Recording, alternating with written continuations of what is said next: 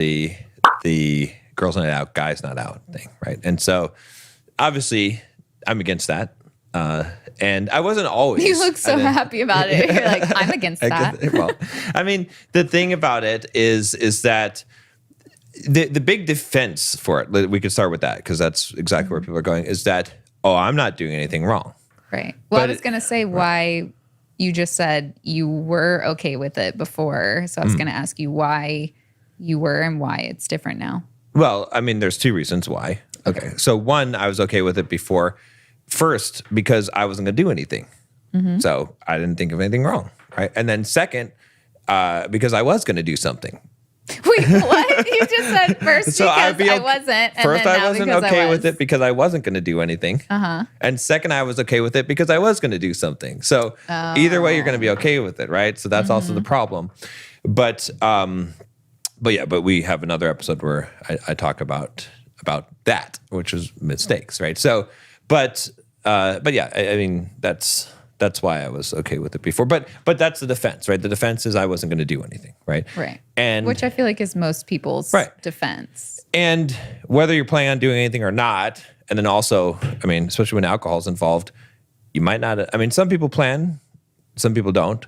But when things happen, most people didn't plan, and then they're like, "Oh yeah, oops," right? And so you can't say I wasn't planning on doing anything, or I wasn't going to do anything, or I would never do anything, and then later go, oops. That's why oops is in the dictionary, is because it's a mistake that you didn't plan on making, right? So you can't ever use that argument to say, oh, that's, So the real answer, I would say, is that it's more important, the appearance of wrongdoing is what's more important than the actual wrongdoing. Because if you go about and you have the appearance of wrongdoing, or you put yourself into a place where you could oops, then when you oops, it's much more grievous because you've now made a conscious choice to put yourself in the situation. Just like I was just reading the Nicomachean Ethics, the Aristotle's book, and he was talking about how they judge. It goes into ethics basically. So and they're saying that he was saying that if someone drinks and then they commit a crime, then the penalty is twice.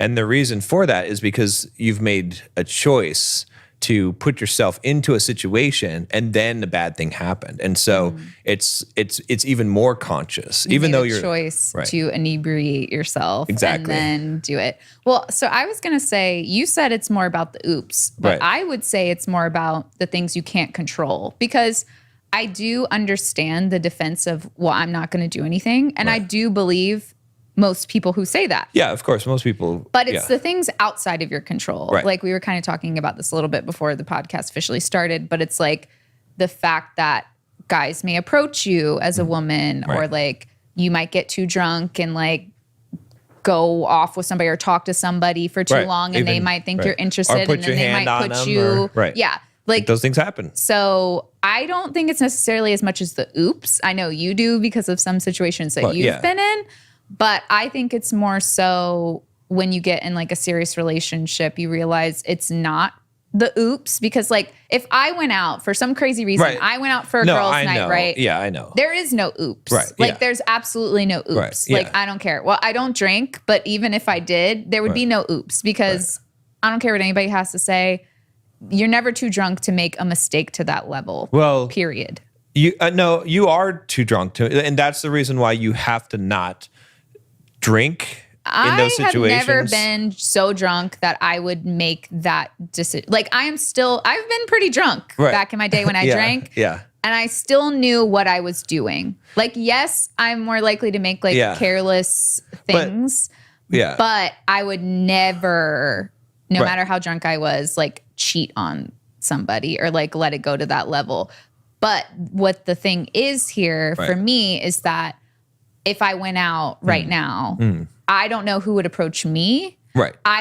People would think that I'm available because you're not there or whatever. And like, even with the wedding ring, that does not deter men. And it doesn't deter women either, supposedly, according to you. It actually enhances the... well, we're not even going to get into that part yet, I guess. But... Well, because women are mostly attracted to men that other women are attracted to. That's the biggest attraction. Well, yeah, that is not always, but that is a thing. The man that's the most in demand. A woman wants to feel like her man's desirable and wanted. Right. But so what I'm saying is, for me, it's not this oops thing. No. It is the other outlying factors that most people don't even realize, because they are like, well, I'm not going to do anything. So that's all they're focused on. They're like, I know I'm not. Right. But what they don't realize is all of the things that are happening behind the scenes. Right. Because even when you walk into like a restaurant, there could be people checking you out. But at least if you're at the restaurant with your husband or something, and I'm not saying you can't go on like a girl's dinner or things like that, but even in that situation, someone could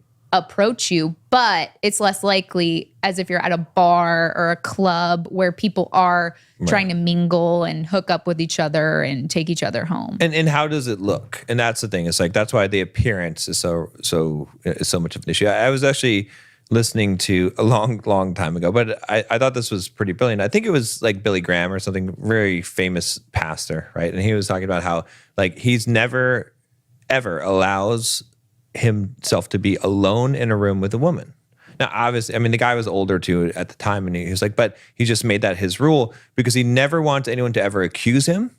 Right? There always has to be witnesses, and he just doesn't want any kind of appearance. Like, he's not going to do something wrong. He knows it, but he doesn't want any kind of appearance of the wrongdoing. And it's also for his reputation, which also it's for your reputation as a woman, as a man, right? If you're going out on girls' nights out, you're out there at a bar, at a nightclub, even if you're not doing anything, it is hurting your reputation, which also hurts my reputation as a man, because one of my friends sees, oh, hey, I saw your wife out there at a bar. Looks like she was drinking a lot, or whatever, having a good time.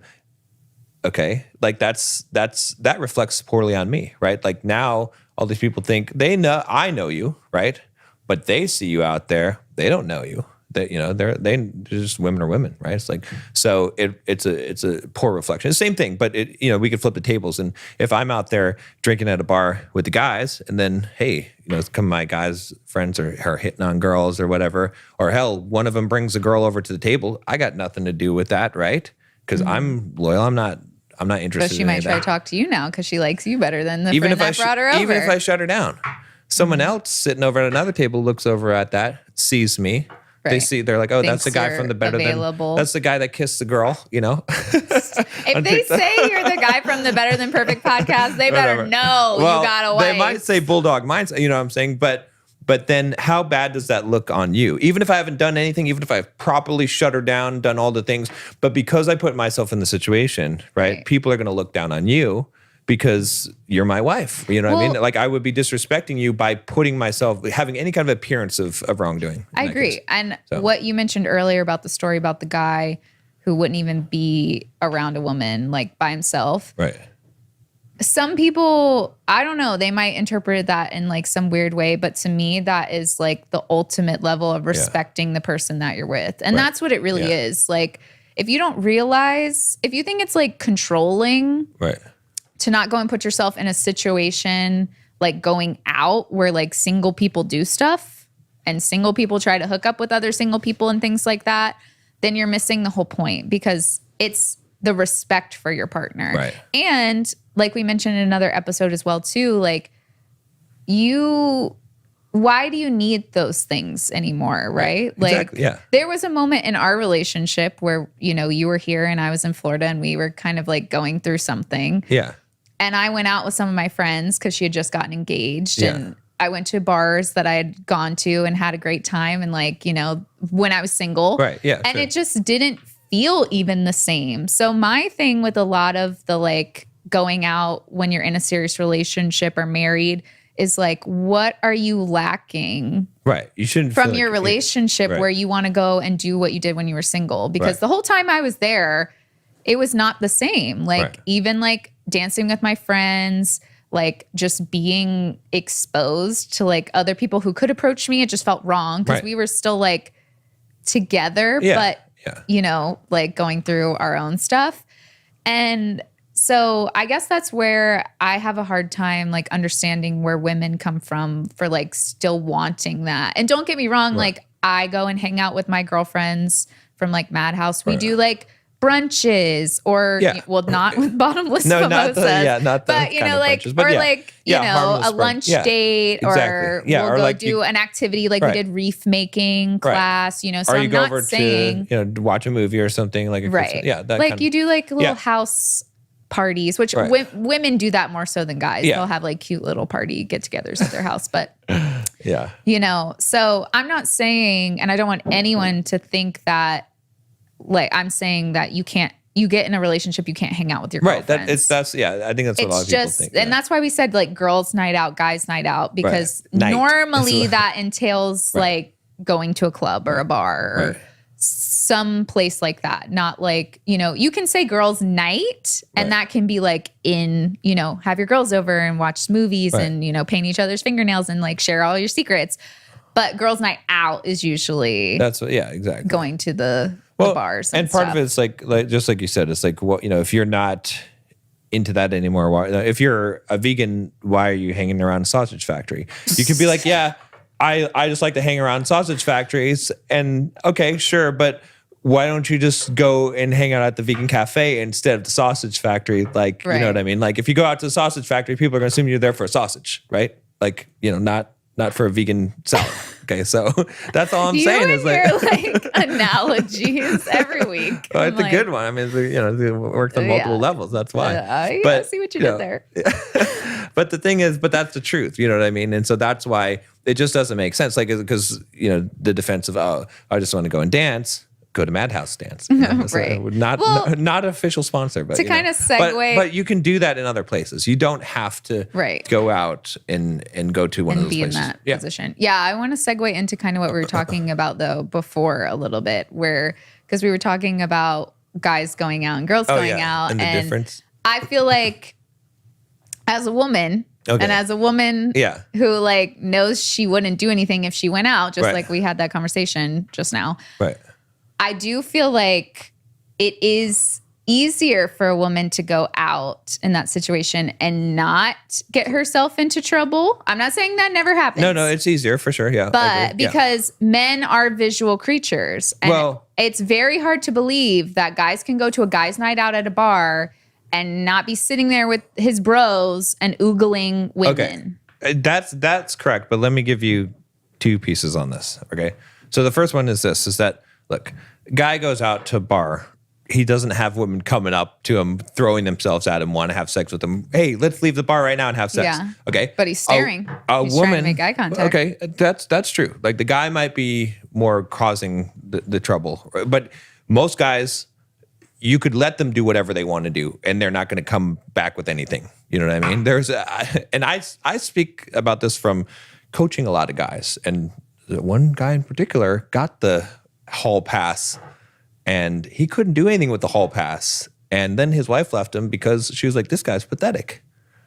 Sad. But I'm just saying that most guys... Well, she should have left him anyway, I mean, whether he succeeded or not. I'm with you. I agree. But I'm just saying it's like, so I you know, and most guys that are listening to this, that's exactly what they're going to be like, you know how hard it is as a guy to even pick up a girl? It's like, but I do. But guys are throwing themselves at girls. But that's what I'm saying. So that's why when a girl goes out, I know how hard it is because you've talked about it, and I understand and you've seen it. We went and coached a guy. That's why I know how hard men will work to get it, and that's why I'm saying that even if you are in a relationship or something, I'm not saying that you're going to like pursue a woman.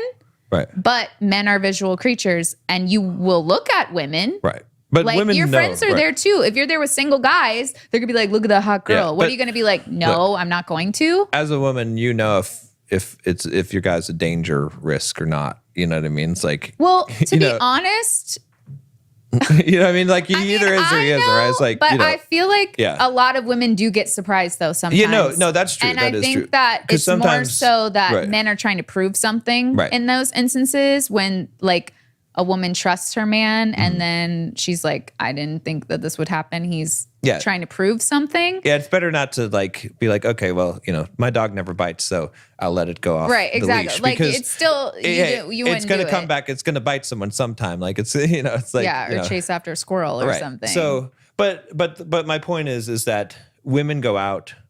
Literally, guys are throwing themselves at them. You know, or like I will have sex with you right now, right? So, but a guy goes out, it's not the same thing.